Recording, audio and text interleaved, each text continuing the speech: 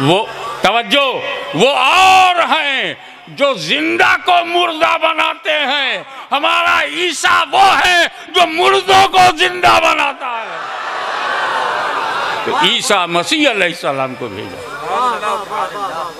लेकिन जब दुनिया का विकास होने लगा, जब जनसंख्या बढ़ने लगी, जब पूरी दुनिया में उत्तर से पूरब से पश्चिम, उत्तर से दक्षिण इंसान फैल गया, आपस में लड़ने लगे, बरादरी की लड़ाई, कबीले की लड़ाई, कुरैश गैर कुरैश की लड़ाई, अरब और अजम में लड़ाई, अजमियों में भी अपने कबीले की लड़ाई, अशांति, बदअमनी, पीस ब्रेकिंग एटमॉस्फियर। तब दुनिया ने समझा हुकूमत मिलने से काम नहीं चलेगा, शांति चाहिए, मन की शांति, दिमाग की शांति, दिल की शांति।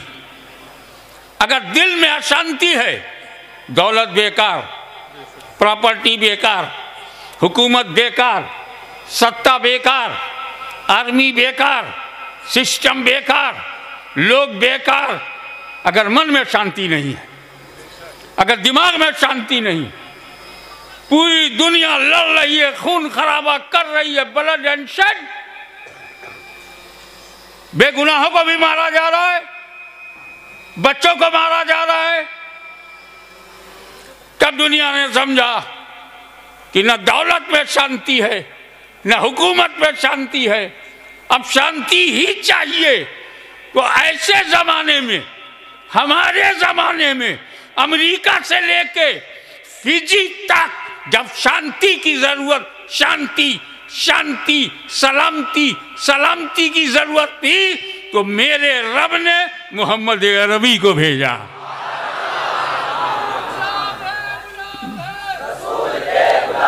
और पैगंबरे अमनो शांति बना के भेजा।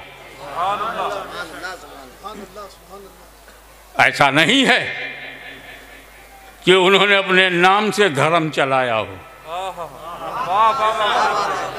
बहुत धर्म है जो किसी के नाम से है। यहाँ भी नाम लेते हैं, धर्म बाद में बताते हैं। हम पूछते हैं रिलीजन का नाम बताओ, तो पूरा मध्य प्रदेश चुप। रिलीजन का नाम बताओ। पुराना, ये कोई रिलीजन हुआ? कदीम, ये कोई रिलीजन हुआ? सनातन उसी का पर्यायवाची शब्द है। ये तो आप पीरियड बता रहे हो, मैं रिलीजन पूछ रहा हूं। कोई पुराना है, कोई नया है, तो ये तो समय हुआ ना। धर्म कहाँ, रिलीजन कहाँ? और जब रिलीजन आया तो वो नामों से चल पड़ा। क्रिश्चियनिटी आई, आप कौन है? जी मैं क्रिश्चियन हूँ। आप क्रिश्चियन हैं? हाँ, क्राइस्ट से क्रिश्चियन। आप बुद्धिस्ट हैं? हाँ, गौतम बुद्ध से बुद्धिस्ट। लेकिन हम मोहम्मद से मोहम्मदन नहीं, मुसलमान हैं।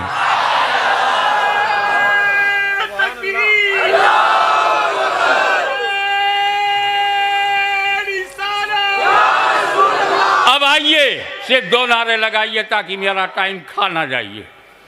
हमने कहा था खाना खा कर आओ, ताकि नारों के माध्यम से मेरा समय ना खाओ। लगाओ बस, नारे तकबीर, नारे रिसालत, बेड़ा पार।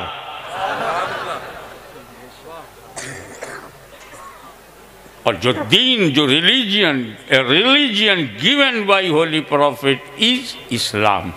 What do you mean by Islam? इसका नाम इस्लाम रखा।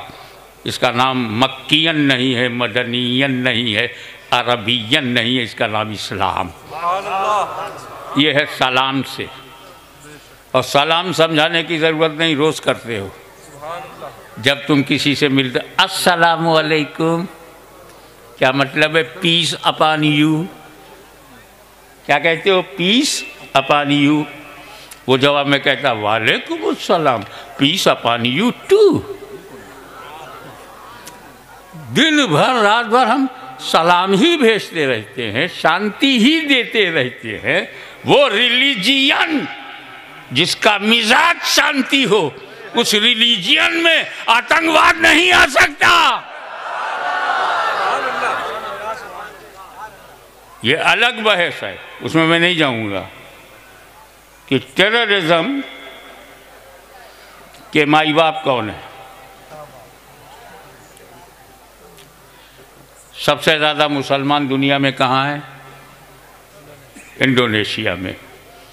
अगर इस्लाम में टेररिज्म होता तो इंडोनेशिया में क्यों नहीं है? अगर इस्लाम में टेररिज्म होता तो मलेशिया में क्यों नहीं है? तब आप टेररिज्म का एरिया कहाँ है? वेस्ट एशिया, पश्चिमी एशिया, जिसे हम मशरिक़ वस्ता कहते हैं, कौन सा एरिया है?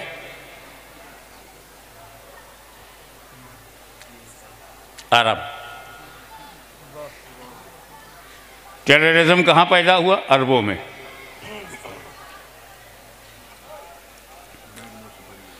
सबसे ज़्यादा अरब में कौन है? हिंदू हैं, मुसलमान हैं कि ईसाई? सबसे ज़्यादा कौन है? मुसलमान है। और टेररिस्ट सब मुसलमान हैं और मुसलमानों को मार रहे हैं। तो क्या इस्लामी आतंकवाद इस्लाम को मिटाने आया है? सोचो, जहाँ पैदा हुआ, जो मारे जा रहे हैं वो मुसलमान, जो मर रहे हैं वो मुसलमान, जो मार रहा है वो मुसलमान। ये क्यों ऐसा है? 3 बातों पे ध्यान रखना, फिर आगे बढ़ जाता हूँ। जहाँ टेररिज्म पैदा हुआ, आतंकवाद ने जन्म लिया, सब मुसलमान हैं। और वहीं टेररिज्म है और वहीं तेल का भंडार है। तो इस्लाम की वजह से टेररिस्ट पैदा हुए हैं या तेल की वजह से? तुम अल्लाह रसूल का दामन मजबूती से पकड़ो, हम उनका तेल निकाल लेंगे।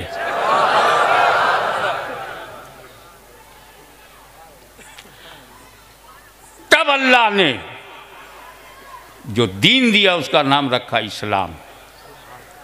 इन्ना दीना इंदल्लाहिल इस्लाम, a religion which is accepted by Almighty is Islam। इस्लाम आया, अपना रंग दिखाया, असर फैला। मक्के में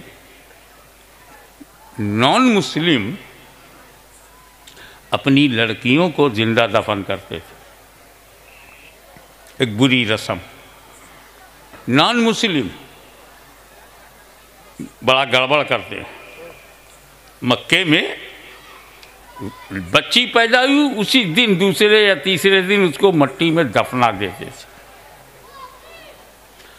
वो गैर मुस्लिम थे, अपनी गैर मुस्लिम लड़की को, अपने घर को, अपने परिवार के एक बच्चे को दफना देते थे। रसूल पाक ने ये नहीं देखा कि गैर मुस्लिम लड़कियों को दफन कर रहे हैं, ये देखा कि बेगुनाह लड़की दफन हो रही है। मोर्चा खोल दिया नबी ने, जब तक ये मुस्तफा जाले रहमत हैं, लड़कियों का अधिकार हम दिलाएंगे। नारा लगाना और है, लड़कियों को बचाना और है। जिंदा लड़कियों का दफन होना बंद। जिंदा लड़कियों का दफन होना बंद। और ये जुमला दे रहा हूं, इसे अपने मेमोरी में जमा कर लेना कि जब नबूवत का सूरज मक्के में चमका तो जिंदा लड़कियों का दफनाना बंद। और उस सूरज की एक किरण जब अजमेर में आई तो भारत में जिंदा औरतों को जलाना बंद। नारे तकबीर, नारे रिसालत। एक गुजारिश है मेरी आपसे, आप नारा ना लगाएं, स्टेज से नारा ना लगे, लेकिन कहीं पब्लिक ना समझे फिक्सिंग है क्या। मानता हूं आप में सुन्नियत की गर्मी है, ईमान की हरारत है, जोश में आकर स्टेज वालों का भी हक है कि नारा लगाएं, लेकिन जो सुन्नियत की गर्मी आप में है, जो मोहब्बत रसूल की हरारत आप में है, ये हजारों मेरे सामने बैठे हुए लोगों में वही मदीने की गर्मी है, वही ईमान की गर्मी है। नारा इन्हें लगाना चाहिए।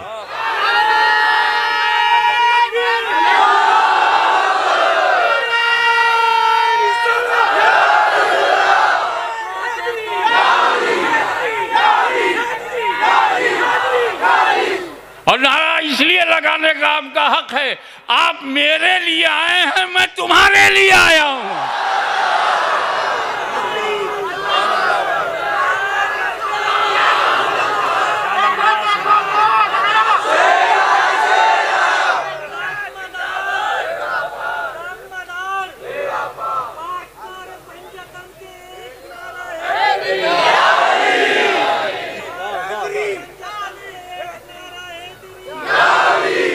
आपकी तवज्जो एक लम्हे के लिए और चाहूँगा।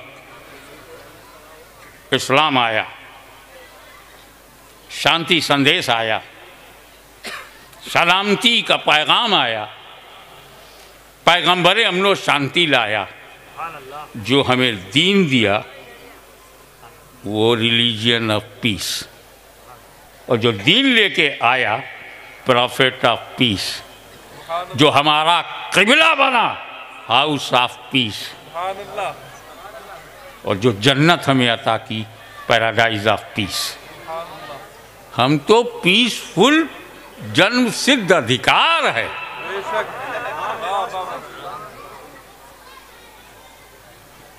अब इस्लाम फैलाना है। एग्रीकल्चरल पॉइंट ऑफ व्यू से देखो, एक दाने को 20 दाना कैसे बनाते हैं, एक आबादी में एक मुसलमान से 1000 मुसलमान कैसे बनाते हैं, ये कृषि का सब्जेक्ट है, एग्रीकल्चरल है। और आप खेती बाड़ी वाले हो, मेरी मिसाल को अच्छी तरह समझोगे। जो उदाहरण मैं दे रहा हूँ, क्या दे रहा हूँ, उदाहरण, कोई और हरण ना समझ लेना। 14 साल याद आए, एक मिसाल दे रहा हूँ।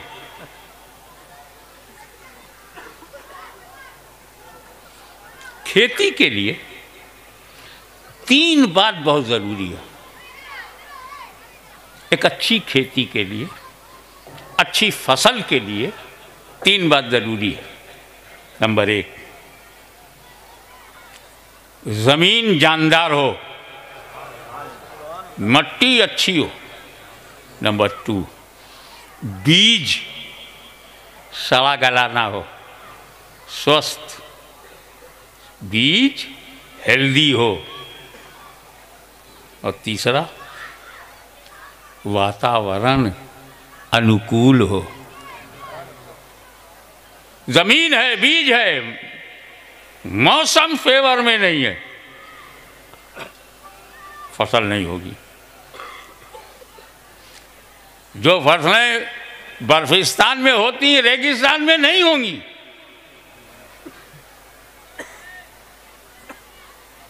जो चाय दार्जिलिंग की पहाड़ियों में पैदा होती है, अगर उसको तुम डिस्ट्रिक्ट खरगोन में लाओगे, बकरी भी नहीं खाएगी। जो बासमती पंजाब में पैदा होता है, उसे अगर यूपी बिहार में लाओगे तो मोटा भात हो जाएगा। तो अच्छी फसल के लिए जमीन अच्छी हो, जैसी जमीन होती वैसा बीज। पंजाब की जमीन पर अलग बीज है, बिहार की जमीन पर अलग बीज है, चावल ही पैदा करना है, बंगाल की जमीन पर अलग बीज है। और बीज से ही फसल होती है। जब रसूल पाक ने सोचा कि इस्लाम को अरब के बाहर कैसे भेजा जाए और इस्लाम की खेती कैसे डेवलप करे, तो अपने बीज भंडार से जो बीज चुना और इराक के बेवफाओं को समझाने के लिए भेजा, उसी बीज को गौसे आजम कहती है। ये कूफा वाले, ये करबला वाले, ये बगदाद वाले, बसरा वाले, नजफ वाले, ये कूफी ला यूफी, ये बेवफाओं सैकड़ों खत लिख के बुलाते हैं, हम आपके हैं, आपके लिए जान दे देंगे। और जैसे ही इब्ने जियाद का डंडा देखते हैं, घर में घुस जाते हैं। 3 दिन भूखा प्यासा रहकर खानदान अहले बैत को शहीद कर दिया जाता है, देखते रहते हैं। ऐसे बुज़दिल, डरपोक, जिन पर भरोसा नहीं किया जा सकता, ताकत की जबान समझते हैं, पावर की भाषा समझते हैं। तो इन बेवफाओं को ताकत की जबान समझाने के लिए गौसे आजम जलवा कर हुए और वो ताकत बन करके आए कि कदरे मुतलक की कुव्वत और ताकत का मजहर बन करके आए कि निकलता हुआ सूरज गौसे आजम को सलाम कर रहा है, ठोकरों से जिंदगी दे रहे हैं, फरमा रहे हैं कि मेरा कदम वलियों के कंधे पर है। दंग हो गए लोग, डूबी हुई कश्ती को बारात के साथ जिंदा कर रहे हैं गौसे आजम। ताकत के आगे सब समर्पित हो गए और इस तरह इराक में एक नया मदीना बना डाला। उस बीज को कादरी कहते हैं। और जब रसूल पाक के निगाहों के सामने तुर्किस्तान, अफगानिस्तान, बिलोचिस्तान, वजीरिस्तान, पत्थरिस्तान, सब पत्थर, सब पत्थर, तो उनका दिमाग पत्थर, उनका दिल पत्थर, उनकी सोच पत्थर। रूस को नहीं मालूम था, वापस लौटना पड़ा। सुपर पावर को भी नहीं पता था, अपना फौज लेके वाशिंगटन जाना पड़ा। पत्थरों से टकराओगे तो क्या होगा? ऐसे पत्थर दिलों में कौन सा बीज भेजा जाए? तो मदीने के सरकारी बीज भंडार से जिस बीज को इन इलाकों में भेजा गया उसे नक्शबंद कहते हैं।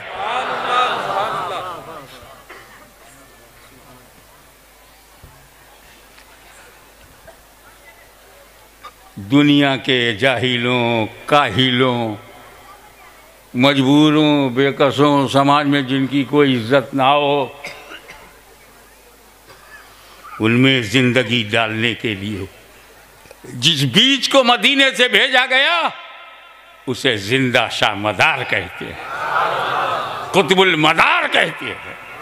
और आज भी अपनी कब्र में है लेकिन जुबान पर जिंदा शाह मदार कहा जाता है। जब तुम कुतुबुल मदार को जिंदा कहने पे मजबूर हो तो उनका रसूल जिंदा क्यों नहीं होगा। फिर हुजूर के सामने भारत आया। उस वक्त ये भारत जो है उतना ही नहीं था जितना आज है, काफ़ी कट पिट गया। वरना हिंदुस्तान बर्रे सगीर था, उपमहाद्वीप। नेपाल भी कट गया, अफ़गानिस्तान भी कट गया, बर्मा भी कट गया, फिर पाकिस्तान कट गया, फिर बांग्लादेश कट गया और श्रीलंका भी कट गया। जब ये एरिया नबी के सामने आया कि भारत में कौन सा बीज भेजा जाए, क्योंकि भारत का वातावरण संगीतमय है। ये जमीन भक्ति की भावना से डूबी हुई है, भक्ति भावना से प्रेरित है। ये मट्टी भारत की हवा में प्रीत है, मीत है, गीत है, संगीत है। ऐसे क्षेत्र में कौन सा बीज भेजा जाए जो इन प्रेमियों को, इन भक्तियों को, इन मोहब्बतों को, इन सुरों को, इनके सरों को, इनके दिलों को कैसे इस्लाम में लाया जाए। संगीत वाला देश, मीत वाला देश, प्रीत वाला देश, गीत वाला देश, कौन सा बीज यहाँ भेजा जाए। तो मदनी सरकार के भंडार से जो बीज भेजा गया भारत में, उसी को ख्वाजा मोइनुद्दीन कहते हैं।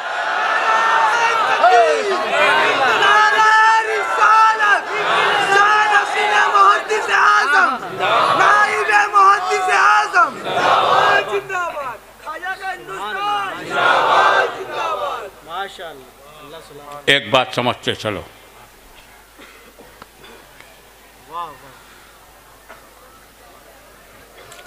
जो पैदा होता है,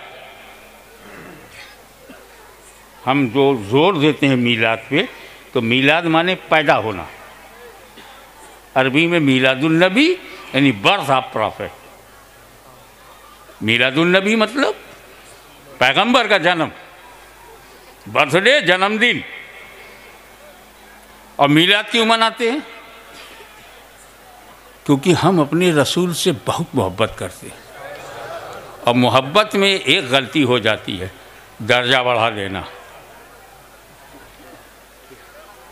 कुछ लोगों ने हज़रत अली से इतनी मोहब्बत की कि उन्हें मासूम बना दिया। कुछ लोगों ने और ज़्यादा मोहब्बत की, खुदा बना दिया। हम नहीं चाहते कि हमारे रसूल को कोई खुदा कहे, इसलिए हम कहते हैं रसूल का पैदा होना मनाते रहो। हम कहते हैं रसूल का पैदा होना मनाते रहो, जन्मदिन मनाते रहो, क्योंकि जो पैदा होता है वो खुदा नहीं होता।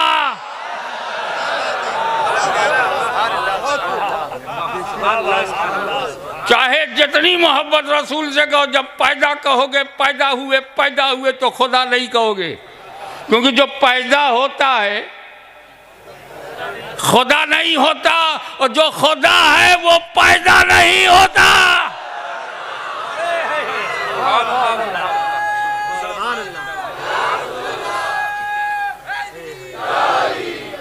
खुदा का जन्मदिन नहीं, और जन्मदिन मनाते हो तो मानो खुदा नहीं है। खुदा है तो पैदा मत बोल, और पैदा है तो खुदा मत बोल। वो बोल जो इस्लाम बोलता है। क्या बात है, इशारा है।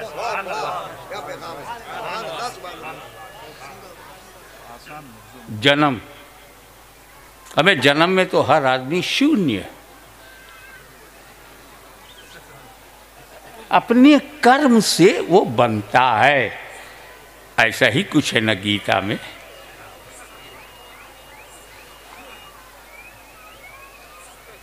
कर्म सर्वश्रेष्ठ है, और ये भी तो है कि अगर कोई अपने कर्तव्य पालन से विचलित हो जाए तो मनुष्य के रूप में भी वो पशु है, उसका वध पशु वध है, मानव वध नहीं है। तो अगर कोई जानवर हमको पसंद आए और हमारी भूख मिटाए तो ये पशु वध नहीं है, जरूरत है।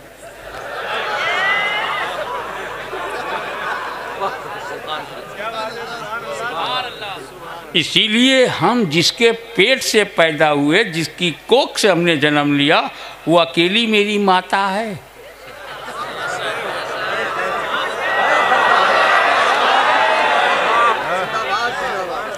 पुत्र वही है जो कोख से जन्म ले और माता वही है जो अपने कोख से पुत्र को जन्म दे।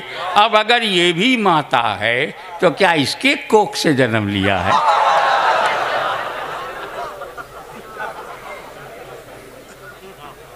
एक बात स्पष्ट है, माँ का दर्जा बहुत हाई फाई है, माँ का हक ज्यादा है, बाप की शान ज्यादा है। तो शान वाले बाप को भी मेरे नौजवान लोग कभी अपने बाप को ना बोलना और ना अपनी माँ को। उसका दूध पिया है। जानते हो, हम बहुत लायक बेटे हैं, हम सब कितने करोड़ हैं भारत में, सब बड़े लायक हैं। हम इसलिए लायक हैं कि माँ का दूध हम पीते हैं, बेचते नहीं।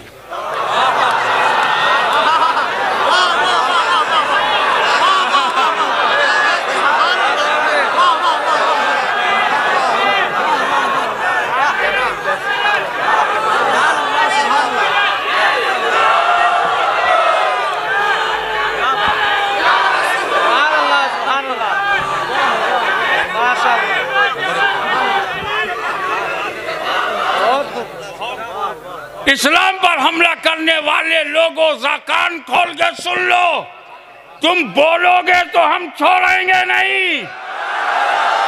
इसलिए कि जब तक फातिमा का खानदान है, भारत में मुसलमान है।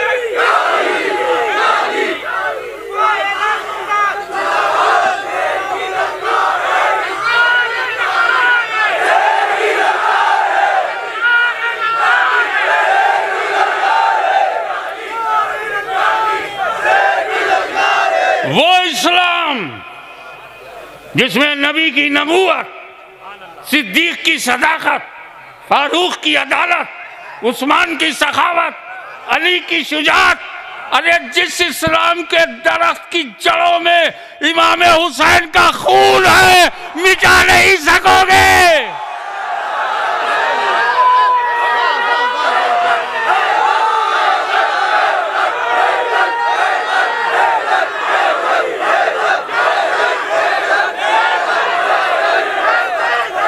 खुलकर इसलिए बोल रहा है कि बोलने वाला किसी नौ मुस्लिम का नहीं, फातिमा का लाल है।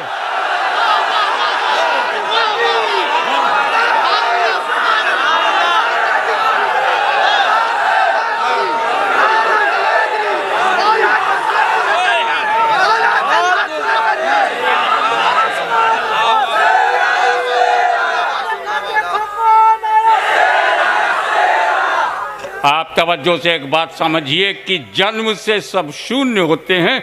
अपने कर्म से कोई पुलिस होता है, कोई चोर होता है, कर्म से कोई राजा बनता है, कोई रंक बनता है, कर्म से कोई मंत्री बनता है, कोई संतरी बनता है, कर्म से ही चरित्र निर्माण बाद में होता है। बच्चा पैदा हुआ तो जीरो। और जब उसने कोई काम किया देश हित में किया, भारत को सुरक्षा दिया, भारत शांति फैलाई, भारत को अपना समझा। हमें मुसलमान से ज़्यादा भारत को अपना कौन समझ पाएगा? जीते जी भारत की ज़मीन पे और मर जाए तो 2 गज भारत ही की ज़मीन में। हम दरियाओं में तैरते हुए नहीं मिलते।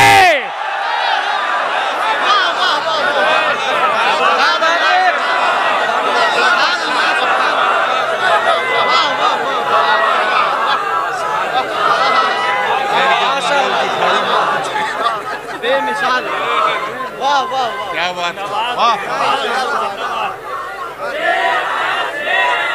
मैं किसी भी महान व्यक्ति का, महात्मा का अनादर नहीं करता, लेकिन मान के चलता हूँ कि जब पैदा हुआ तो कुछ नहीं था, तो पैदा हुआ कुछ नहीं था,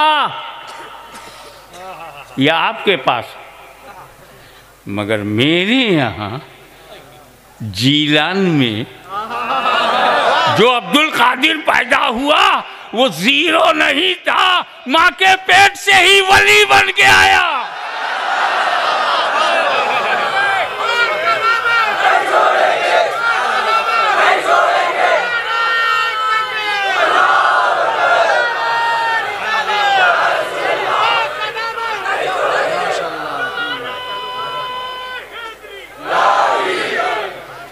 हमारा जो नबी आया, नबीउल उम्मी बनकर आया। कहते हैं माँ को, उम्मुल मोमिनीन, मोमिनीन की माँ। तो नबीउल उम्मी, माँ जाए नबी। अब चूंकि ये गौसे आजम से भी बड़े हैं, उनको विलायत पेट में मिली, और मेरे नबी की नबूवत तो आदम से पहले।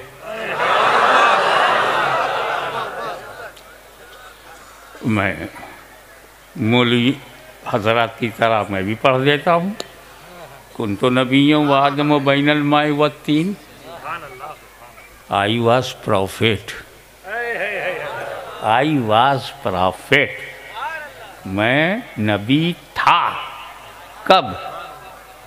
आदम was between soil and water.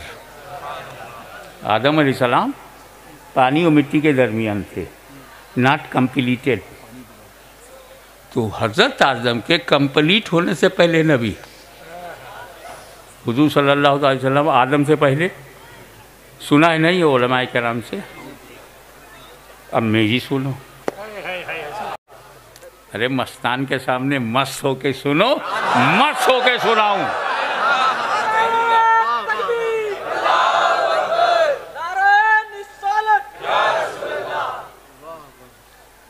ये तो पहचानने के लिए बंगलोरी है, वरना ये तो मदीने की लोरी है।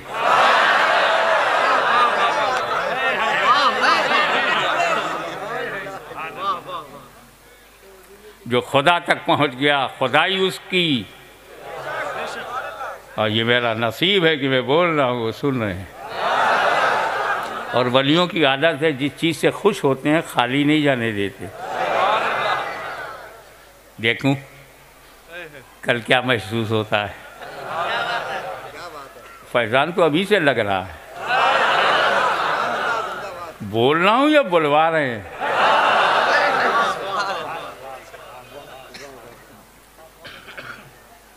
आदम से पहले नबी। अब एक बार बताते चलो, दुनिया में पहला आदमी कौन? आदम अलैहिस्सलाम। पहला आदमी आदम, आदम के बाद आदमी। तो जितने लोग पैदा हुए सब आदम की औलाद। आप लोग किसकी औलाद? सारे हिंदू किसकी औलाद? आदम की औलाद हैं। और सारे ईसाई, है ना? धर्म तुम्हारा कोई भी हो, औलाद तो आदम की हो। और जहाँ भी पैदा होंगे आदम ही की औलाद होंगे। चाहे कोई मक्के में पैदा हो, किसकी औलाद? मदीने में पैदा हो तो किसकी औलाद? कुजौजा में पैदा हो तो किसकी औलाद? मथुरा में पैदा हो तो किसकी औलाद? अयोध्या में पैदा हो जो किसकी औलाद? तो सबके पूर्वज आदम हैं। तो आदम की तरफ पलटो। आदम तेरे दादा, मेरे दादा, सबके दादा, कर ले वादा। अब आदम के घर में क्या है? तौहीद, उलूहियत, वहदानियत। तो आदम के घर में ला इलाहा इल्लल्लाह। तो आदम का घर, उसके अंदर ला इलाहा इल्लल्लाह। तो जो ला इलाहा इल्लल्लाह आज कहेगा वो आदम के घर में है। हम लोग आदम के घर में हैं। और जो ला इलाहा इल्लल्लाह से इनकार किया है वो घर से बाहर हुआ। तो घर वापसी उसकी होनी चाहिए।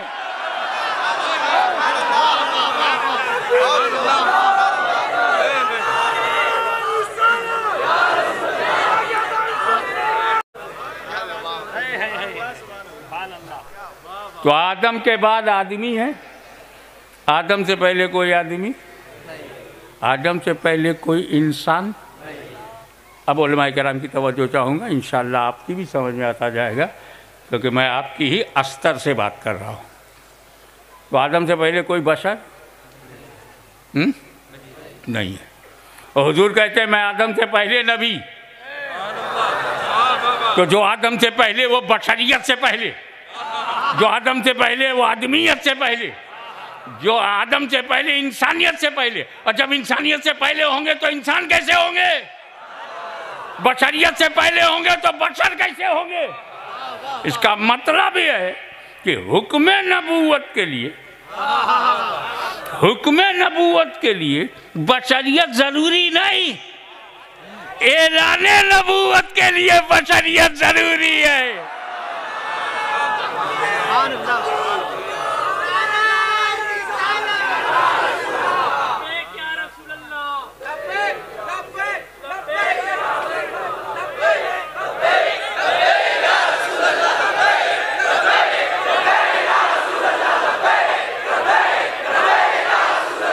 सल्लल्लाहु अलैहि नबी वालेही सल्लल्लाहु अलैहि वसल्लम सलातन व सलामन अलैका या रसूल अल्लाह। तो मेरा गौस जन्म से वली, अब वहाँ किसने बनाया?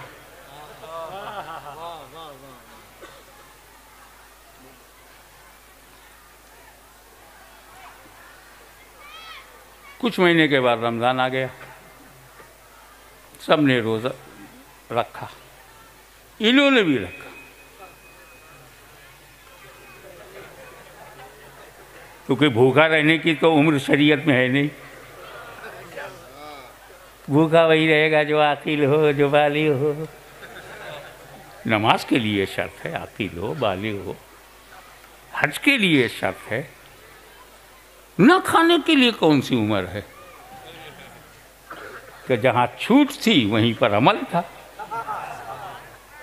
पैदा होते ही नमाज नहीं पढ़ी, रोज़ा रखा। रोज़ा में ना खाने का नाम रोज़ा है। और जैसे ही मगरिब की अजान हुई, ज़ोर ज़ोर से चिल्लाने लगे, demand, my holy mother come to me and feed me. माँ ने लिया गोद में, दूध पिलाया, खुद भी रोज़ा खोल रहे हैं, बेटा भी रोज़ा खोल रहा है।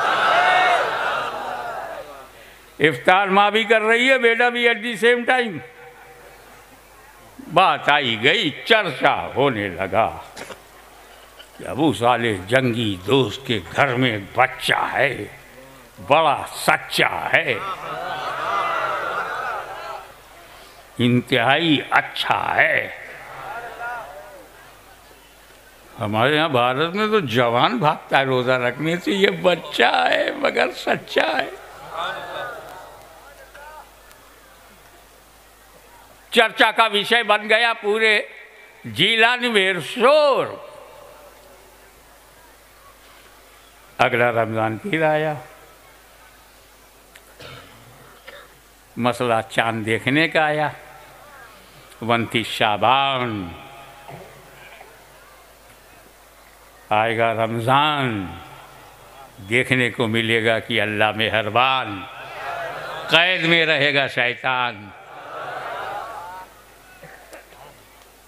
29 शाबान मुफ्ती साहब दारुल इफ्ता में बैठे हैं,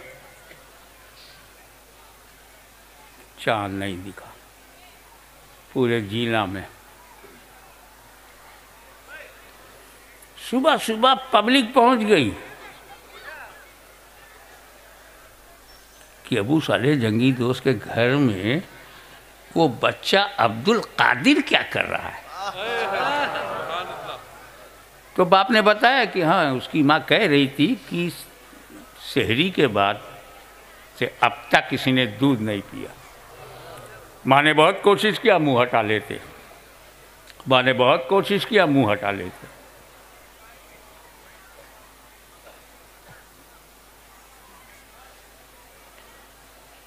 तब मन में आया, हो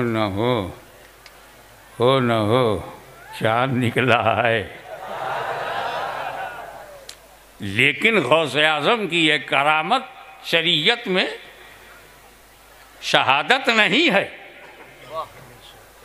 शहादत का इंतज़ार करते रहे, दिमाग तो शरीयत को मान रहा था, मगर दिल में हो न हो चांद निकला है। घर में बैठकर आसमान देखने वाला अब्दुल कादिर, घर में बैठकर आसमान तक जिसकी नजर बचपने में हो, जब बचपन में नजर ऐसी है तो 55 में नजर कैसी होगी। और आगे बढ़ो। थोड़ी देर बाद गवाही आ गई, शहादत शरई मिल गई, रोजा रखा। आई रेस क्वेश्चन कि ये बचपन में रोजा रखना, रोजा तो शरीयत में है, पैदा होते ही जितनी शरीयत पर अमल कर सकते थे क्यों किया। हम तो पैदा होते रोजा नहीं रखते। उलमाए रब्बानियीन की एक लंबी फहरिस्त से नूरानी सिलसिला है। हमने तो नहीं सुना कि मुजद्दिद आज़म ने पैदा होते ही रोज़ा रखा, मुहद्दिस आज़म ने पैदा होते ही रोज़ा रखा, सदरुल फाजिल ने पैदा होते ही। ये वो लोग हैं जिसको पकड़ ले जन्नती हो जाए। ये बरेली तक नहीं है, मदीने तक है, ये मुरादाबाद तक नहीं है। मेरा अशरफ की छवि खुद मदीना बन गया। मगर गौसे आज़म ने शरीयत पर अमल किया, हम नहीं करते। वजह what is its reason, logically बताओ, तर्कसंगत बात ये है। हमारे घर में जो बच्चा पैदा होता है वो फितरते बशरियत पर पैदा होता है। अब आपका बच्चा पैदा हुआ, फितरते इंसानियत पर पैदा हुआ है। उसे मुसलमान बनना है, शरीयत पर अमल करना है। आखिर बालिग हो जाएगा तो शरीयत के हुक्म पर चलेगा। हमारे घर में बच्चे पैदा होते हैं, फितरते बशरियत पर पैदा होते हैं। आगे चलकर शरीयत के मुताबिक होना है। और गौसे आज़म फितरते शरीयत पर पैदा हुए हैं, आगे चल के मसीहत पर अमल करना है। इसका वाज़ेह फर्क यह है कि जब हम कुछ पीते हैं तो शरीयत से पूछते इजाज़त है कि नहीं। हम जब कुछ खाते हैं तो शरीयत से पूछते हैं इजाज़त। झटके का गोश्त है, शरीयत ने कहा ना खाओ। ये खिंजीर है, ये शरीयत ने कहा ना खाओ। ये कुत्ता बिल्ली है, शरीयत ने कहा ना खाओ। पर अच्छा अच्छा तो खाओ।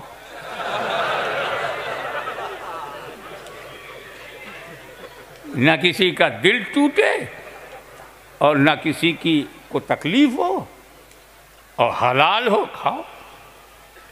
तो हम जब खाते हैं तो शरीयत से पूछते हैं, क्योंकि हम तहते शरीयत हैं, हम तहते शरीयत हैं।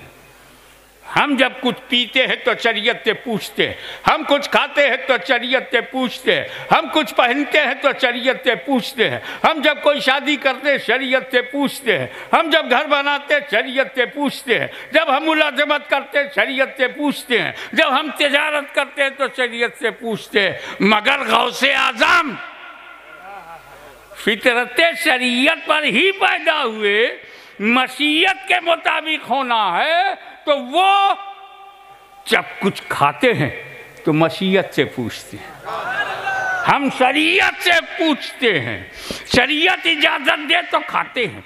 गौसे आज़म मशीयत से पूछते हैं। यही वजह है कि डंके की चोट पर कहा कि मैं उस वक्त तक खाना नहीं खाता जब तक खुदा न कहे अब्दुल कादिर खाना खाओ। मैं उस वक्त तक पानी नहीं पीता जब तक रब ना कहे अब्दुल कादिर पानी पियो। शरीयत पर जो चले उसे कादिरी कहते हैं और मशीयत के तहत जो रहे उसे गौसे आज़म कहते हैं।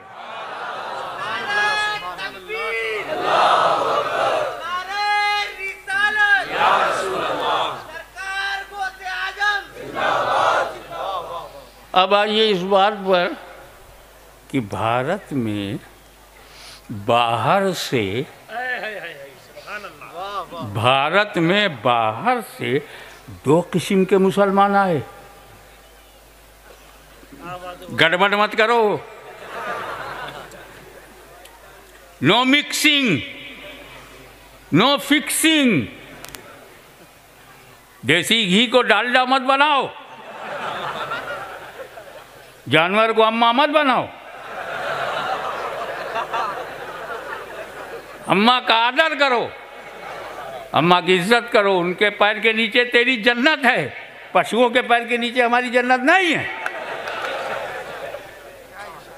खुल के इसलिए बोलता हूँ कि तुम भी बोलने लगे हो तो जैसी कहोगे वैसी सुनोगे। अगर यजीद आता रहेगा तो हुसैनी भी आते रहेंगे।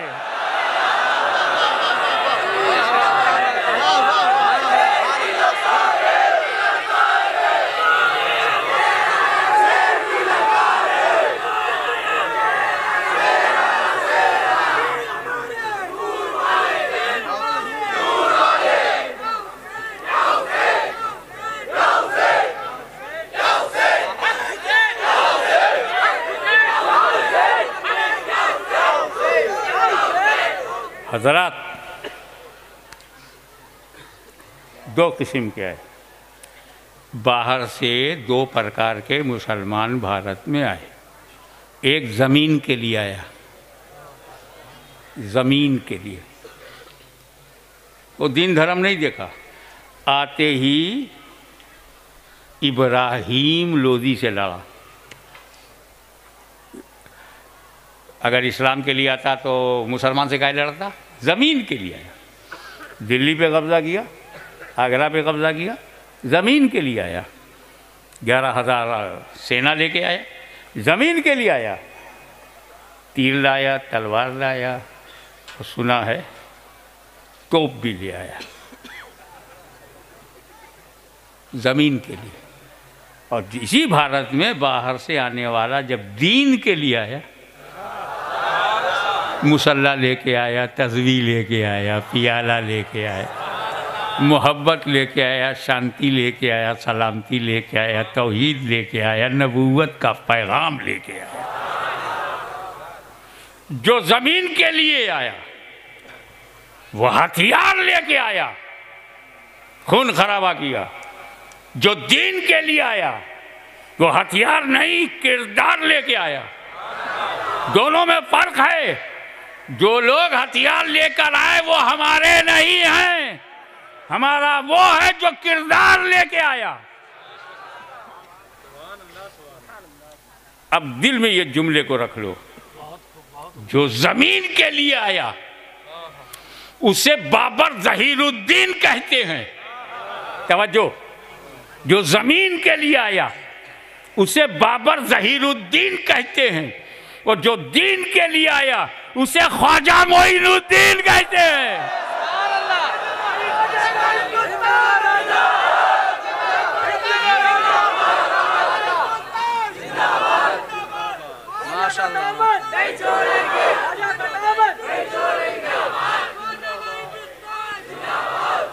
हमसे कोई भारत की धरती छोड़वा नहीं सकता, यह हमारा जन्म सिद्ध अधिकार है।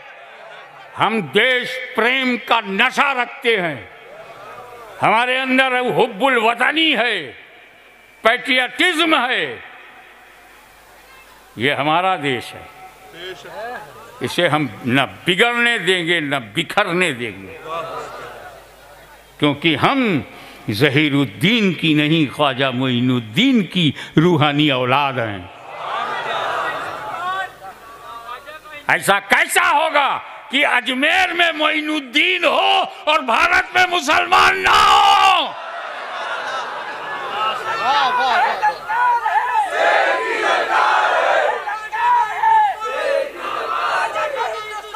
जिन सुन्नियों के पास गौसे आजम हो, मदारे आजम हो, ख्वाजा आजम हो, मखदूम आजम हो, उनके आगे तुम्हें झुकना पड़ेगा।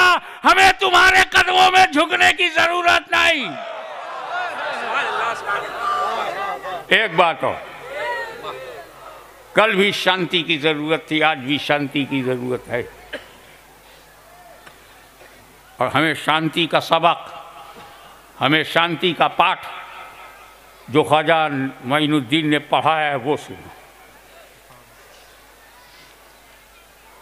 अब भारत में आना है तो कहाँ जाएं?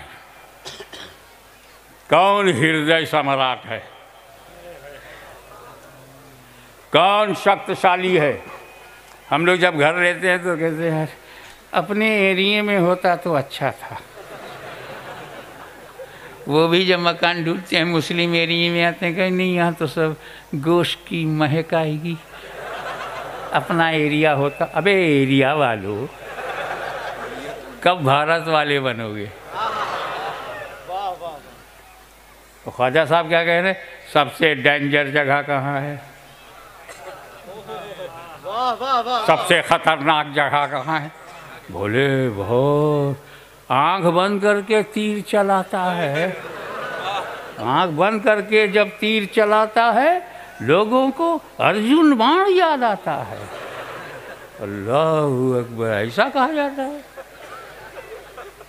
उसी के राज में आए, अना सागर के सामने डेरा जमा दिया, क्योंकि वजू ज़रूरी है, पानी ज़रूरी है। राजा के सेना नूरानी शक्लों को पहचान नहीं पाए। जो अंधेरे में रहे वो उजाले को क्या जाने। ये कौन सी नई सूरत है, नया मॉडल है? ऐसा तो उन्होंने देखा ही नहीं, क्योंकि जन्नती सामने आया ही नहीं।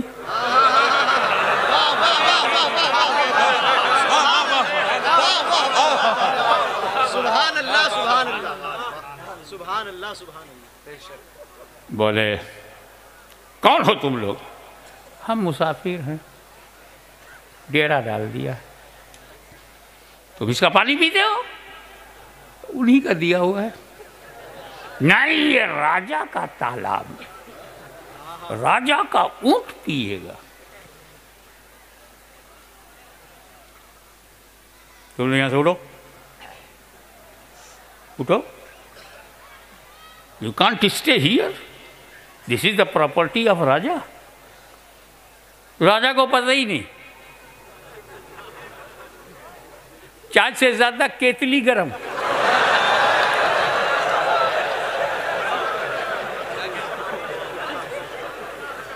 राजा नहीं बोलता।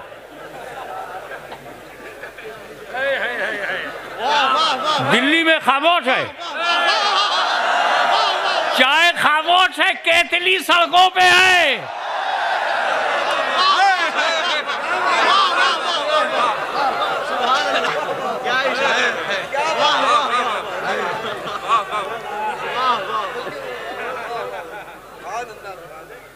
उठ जाओ, तो यू कान सिट हियर, तुम यहाँ नहीं रह सकते। गरीब नवाज ने क्यों? यहाँ ऊँट बैठेंगे, ओके, शांति संदेश लेके आए, झगड़ा नहीं। नो प्रेशर इन रिलीजियन, लाई करा हाफिद्दीन। खड़े हो गए, अच्छा तो फिर ऊंट ही बैठे, चले गए दूर। शाम हुई, ऊँटों को तबेले में ले जाना। ऊँटों को उठाया, ऊँट उठ ही नहीं रहा। मारने लगे तब भी नहीं उठ रहा, डंडा टूट गया, ऊँट उठता ही नहीं। मैंने आलमे ख्याल में ऊँट से पूछा, तू बैठा क्यों, बैठा क्यों? का राजा के हुक्म से। उठता क्यों नहीं? ख्वाजा के हुक्म से। सुभान अल्लाह, सुभान अल्लाह।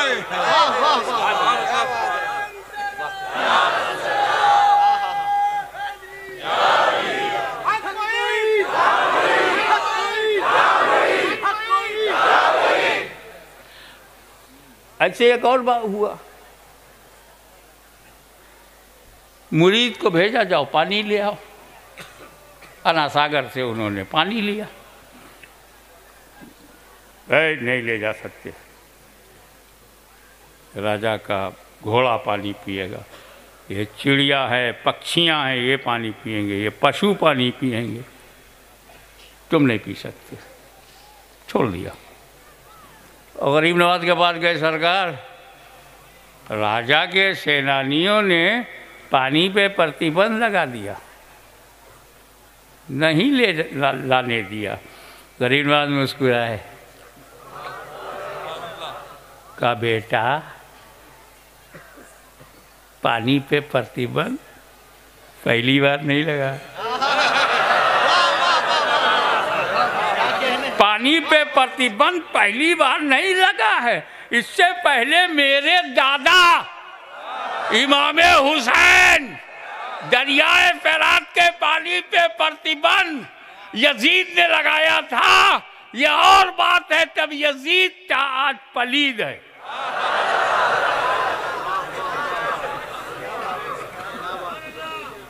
गरीब नवाज ने क्या किया?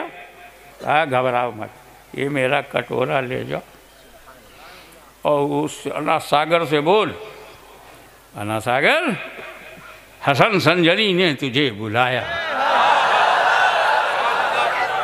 ये किसी ने नहीं देखा अना सागर का पानी पियाले में कैसे गया, पर ये सबने देखा अना सागर सूख गया। अब जब प्यास इनकी तरफ ट्रांसफर हुई तो इनमें कोई हुसैनी नहीं था।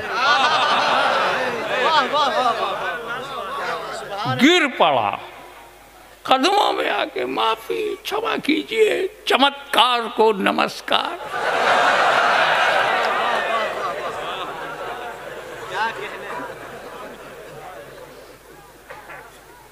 शांति संदेश लाए थे, भारत में शांति स्थापित करनी थी, आत्मा का शुद्धिकरण करना था, मन को शांत करना था, मस्तिष्क को शांत करना था और सलामती का पैगाम समझना था। कुछ नहीं कहा, माफ कर दिया, कहा जाओ प्याला उंडेल लो। ये किसी ने नहीं देखा कि प्याले से पानी कैसे अना सागर में गया, पर यह सबने देखा कि अना सागर लबालब भर गया। सवाल करने वाले ने मुझसे पूछ लिया, और यही मेरी तकरीर का आखिरी टुकड़ा बड़ा कीमती है। सवाल करने ने मुझसे पूछ लिया कि पानी पे प्रतिबंध इमाम हुसैन पे लगा और पानी पर प्रतिबंध गरीब नवाज पे लगा। इमाम हुसैन के बेटे के बेटे के बेटे के बेटे पूरा सजरा हो तो लाइन पता चले कि बेटे गरीब नवाज, इमाम हुसैन की औलाद, गरीब नवाज के वालिद के वालिद के वालिद के वालिद के वालिद, आखिर बिल आखिर इमाम हुसैन। दादा पे प्रतिबंध लगा तो प्यासा रहा, पोते पर लगा तो पानी खिंचवा लिया। तो गरीब नवाज का दादा करबला के मैदान में पानी को हुक्म क्यों नहीं दिया कि खेमे में आ जाए? पानी खुशी से उछलता हुआ आता।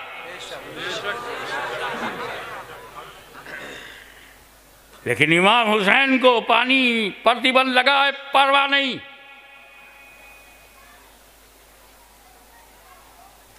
डटे हुए हैं अपने मौक़िफ़ पे, जमे हुए हैं अपने इरादे पे।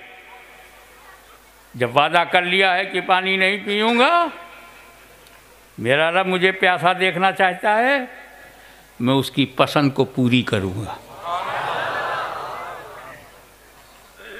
हद तो ये है कि जब हज़रत अब्बास ने कोशिश किया मुश्किज़े में पानी लेके पहुंच जाऊं, तो इरादे हुसैनी मजबूत है, पानी खेमे तक नहीं आया।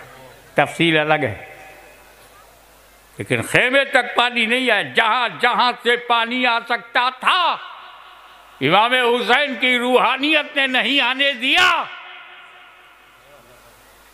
ताकि जिस रूप में मेरा रब राजी है उसी रूप में रहूंगा। यह अटल फैसला था। एक खदशा था, सरकार बुरहानपुर के शहजादे यहाँ मौजूद है, कि मैं आपको नजर करता हूँ। एक खदशा था, वो खदशे का नाम अली असगर था। अली असगर। तो क्या इंतज़ाम किया? अली असगर को हमेशा गोद में रखा। क्या बात है, सुभान अल्लाह, सुभान अल्लाह। कभी उमेर रुबाब की गोद में है, कभी क्या बात है, कभी अपनी फूफी की गोद में है, कभी माँ की गोद में है, कभी अब्बास ने गोद लिया, कभी इमाम हुसैन ने गोद लिया। और जब सब थक गए और सबको सोना है, तो सब ज़मीन पे सो रहते थे। इनके लिए एक झूला बनाया गया, झूले पे लेटाओ अली असगर को, ज़मीन पे नहीं। इमाम ज़ैनुल ज़मीन पे लेटे, अब्बास ज़मीन पर लेटे, अली अकबर ज़मीन पे लेटे, कासिम ज़मीन पे लेटे, सैयदा ज़ैनब ज़मीन पर लेटी। आखिर अली असगर को ज़मीन पे क्यों नहीं रखा गया? क्योंकि खदशा था, अली असगर प्यासा है, अगर ज़मीन पर लेटाया तो इसकी एंडियों की रगड़ से कोई नया कुआं ना आ जाए। क्या बात है, क्योंकि इसी का दादा काबे में जब प्यासा था, माँ पानी ढूंढती रह गई, पलटी तो देखा इस्माइल अलैहिस्सलाम की एंडियों की रगड़ से आबे ज़मज़म वजूद में आ गया।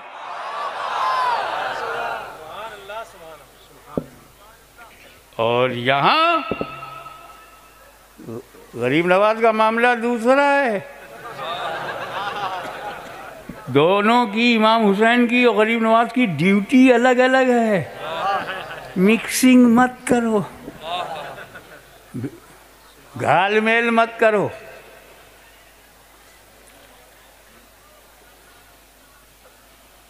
दोनों की ड्यूटी अलग थी। इसी पर बात खत्म कर दूं। इमाम हुसैन करबला में गए,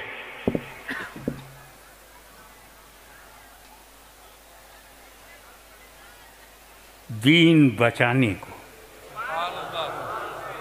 ध्यान से सुनना, इमाम हुसैन करबला में गए दीन को बचाने के लिए, बचाने के लिए। और गरीब नवाज भारत में आए इस्लाम को फैलाने के लिए, फैलाने के लिए। वो बचाने की ड्यूटी पर, ये फैलाने की ड्यूटी पर। फैलाने के लिए, तवज्जो, फैलाने के लिए करामत चाहिए और बचाने के लिए इस्तिकामत चाहिए। अल इस्तिकामत फौकुल करामा, इस्तिकामत करामत पर भारी है, मेरा हुसैन गरीब नवाज पर भारी है। अब हमें हुसैन से मिला, दीन पर कायम रहो, कायम रहो, अच्छे कादिरी हो, दीन फैलाते रहो, फैलाते रहो, अच्छे चिश्ती हो। और ये संगम के गौसो ख्वाजा कॉन्फ्रेंस हमें ये आखिरी सबक सिखाती है कि गौसे आज़म की तरह इस्तिक़ामत कायम करो, गरीब नवाज की तरह दीन की इशाअत करते रहो। वाखिर दावाना अनिल हम्दुलिल्लाह।